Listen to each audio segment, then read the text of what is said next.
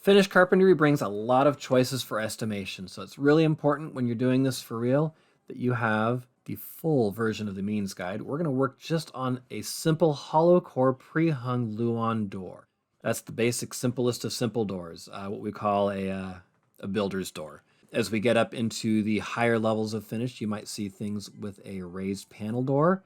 So those panels right there are going to add a cost to it. Looking down, using our means guide, the gray section right there tells us what type of material we're working with. So just a basic hollow core pre-hung wood door with a Luan finish is going to be what we're looking at. Within that category, we have all of our sizes of doors. So 1 foot 6 inches wide by 6 foot 8 inches tall. As I look down, I notice the standard door height is 6 feet 8 inches, or 80 inches. That's a good thing to memorize. So let's go with like a standard size door, like a 2 foot 6 inch door. That's what most of your doors in a house are going to be. If we look at our column headings, let's go back up to the column headings there. So in this case, we have a new unit here. Instead of linear feet or square feet, it's EA, or each. So for one door, it's going to cost me $174 to install. Super simple, right? Count the doors, multiply by 174. But wait, that's just the material. That's the cost of the door. The labor to install that, $26. That seems kind of low to me. If I'm installing a door right, it's going to take me a good hour to get that thing leveled, unless somebody did the framing right. So a customer calls me up and says, hey, I need you to install a door. How much will it cost?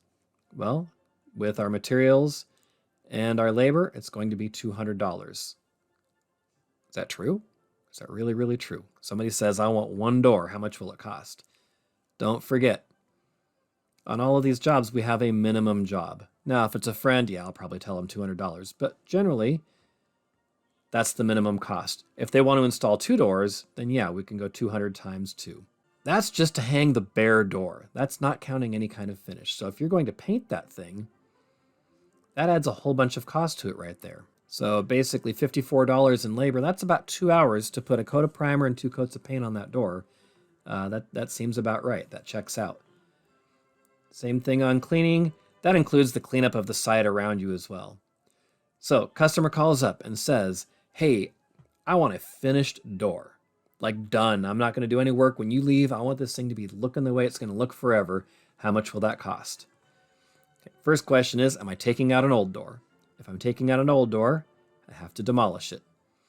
And then I'm going to install a new door right there.